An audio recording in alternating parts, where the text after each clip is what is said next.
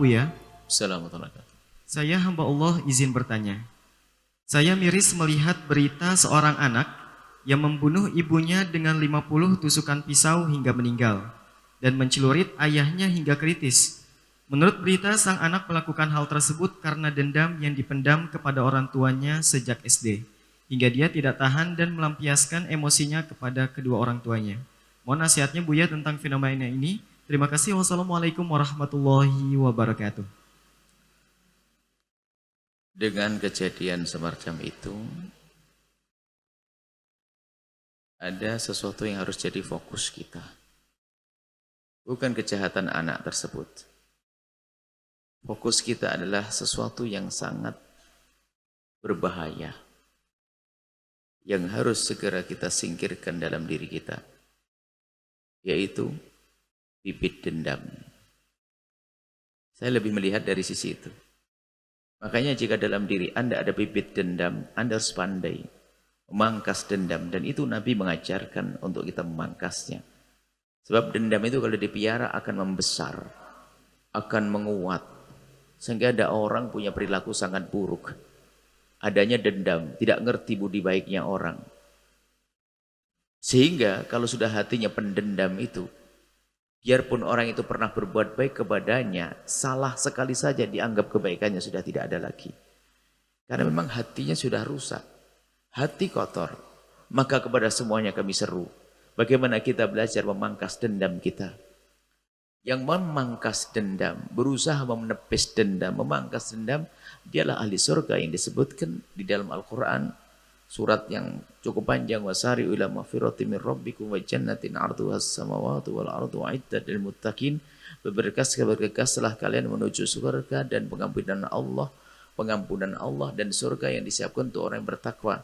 Di antara cirinya orang bertakwa yang menjadi ahli surga adalah wal kadhiminal ghaidha. Menahan amarah. Jangan disimpan di hati menjadi dendam. Wal kadhiminal ghaidha. Niat. Dendam itu penyakit yang membahayakan sekali. Sehingga suami bisa dendam kepada istri. Na'udzubillah, kalau dibiarkan ternyata bukan saja kepada orang bermasalah. Dia sensitif. Kamu menyimpan dendam, demi Allah aku tidak rela, akan aku tuntut nanti. Sehingga bagaimana ada kekejaman terjadi? Karena hatinya mendendam.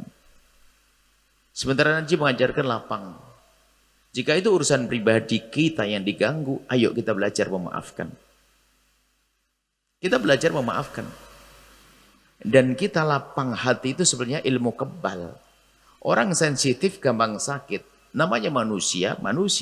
Tentu ada kesalahan dalam bertutur kata, kadang dalam gerak-gerik. Dalam banyak hal manusia adalah bisa melakukan kesalahan. Sementara kita menjadi orang yang sensitif, gampang tersinggung, lihat tersiksa. Dipikir manusia dulu jahat semuanya. Wah, ini dasar setan semuanya. Dulu serem. Padahal yang setan adalah dia. Tapi kalau orang lapang hati, subhanallah, dicaci, diolah. Kata Imam Ghazali, kalau ada orang mencacimu, coba kau renungi. Kalau memang kamu itu adalah enggak sejelek yang ia omongkan, ya tinggal bersyukur, alhamdulillah saya tidak sejelek omongan dia. Dia enggak tahu. Jadi gitu saja, kenapa pusing? Kalau ternyata kamu itu jelek seperti yang diomongkan, juga kenapa kamu marah? Memang kamu jelek kayak omongannya dia. Jadi tenang hati. Enggak gawan jadi pendendam. Pendendam itu jelek. Sehingga siapa yang disanjung oleh Allah nanti di padang mahsyar dan diseru oleh Allah dengan seruan yang khusus, orang yang hidup di dunia dengan memangkas dendam kepada sesama. Sehingga diseru nanti ainal mutahabbuna bi jalali, mana orang hidup di dunia dengan cinta karena aku, al yauma udhilhum yauma la dhilla illa dhilli, sekarang akan aku beri perlindungan di saat tidak ada lagi perlindungan kecuali dariku.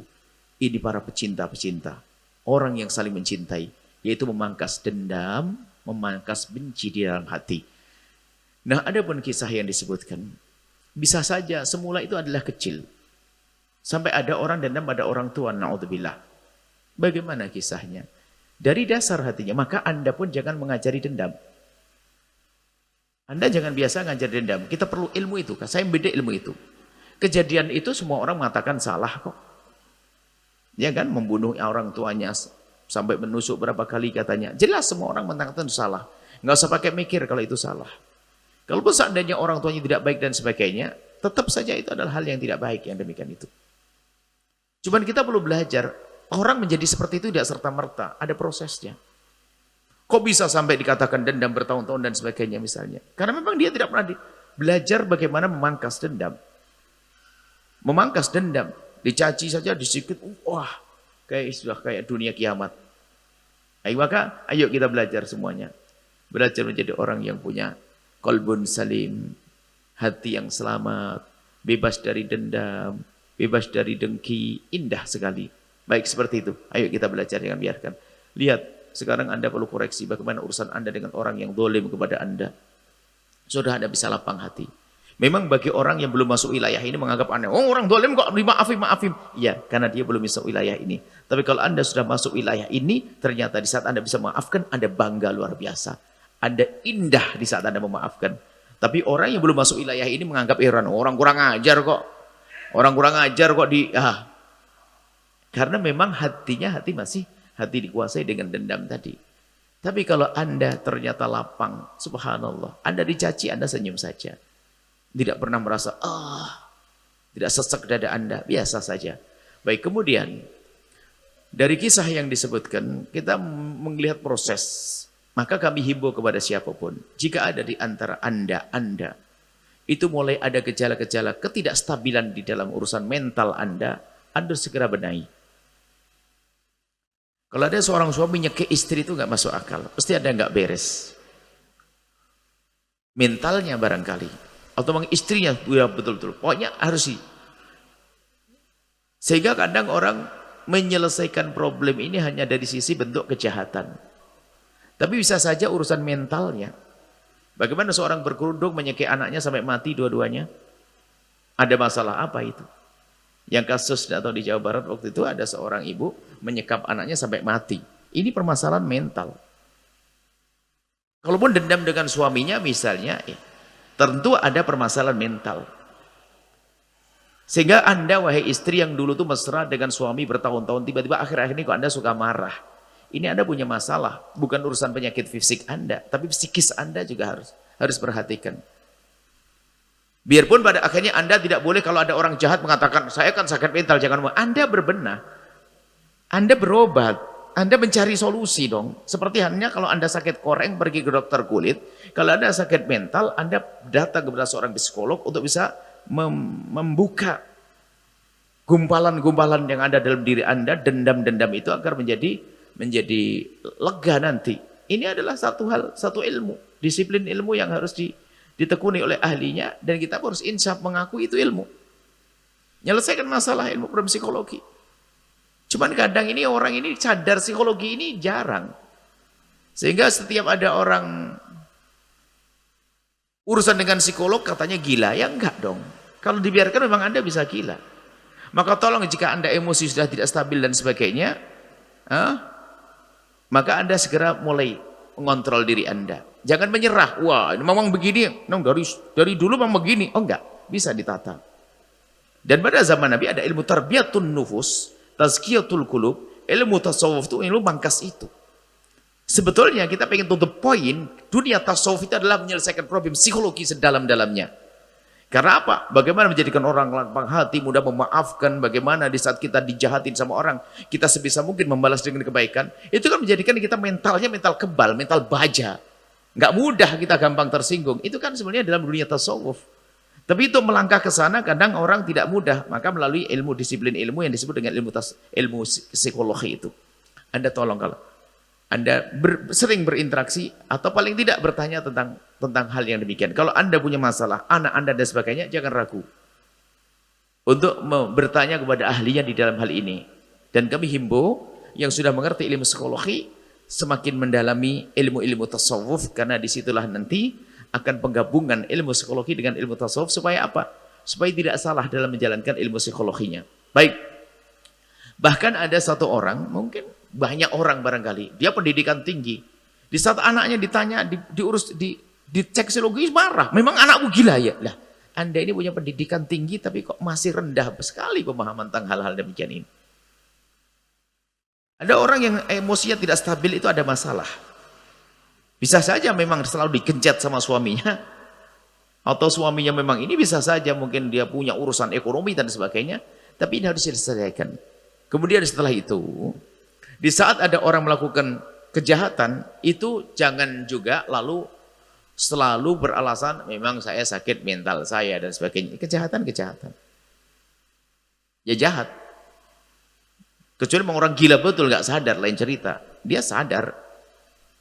Adapun dosanya ini bisa tentang dosa membunuh orang tua, jangankan bunuh, naudzubillah. Nyakiti wala taqul lahum uffin. Ngomong kepada orang tua dengan nada Anda tidak nyaman bicara dengan beliau saja sudah dosa kok. Ngomong sama orang tua, ya, itu sudah Anda dosa.